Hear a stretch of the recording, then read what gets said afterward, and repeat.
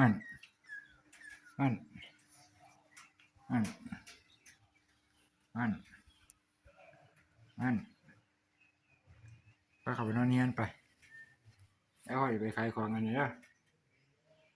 เห็นบ่ได้ยินบ่ได้ยินบ่โอ้ได้ยินบ่ไปเข้าไปนอนเนียนไปเดี๋ยว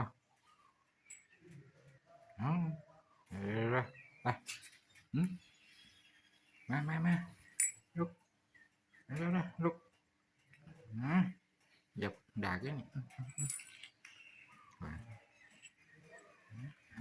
เอาเดี๋ยวเข้าไปมากระดิ่งไงมึง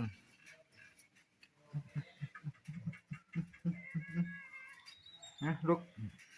ไปขายของกันลุกอีกข้างไหนลุกเร็วลุกเตือนให้แล้วเดี๋ยวเตือนเดี๋ยวไปมาเดี๋ยวมาเร็วจะไปขายของกันเนี่ย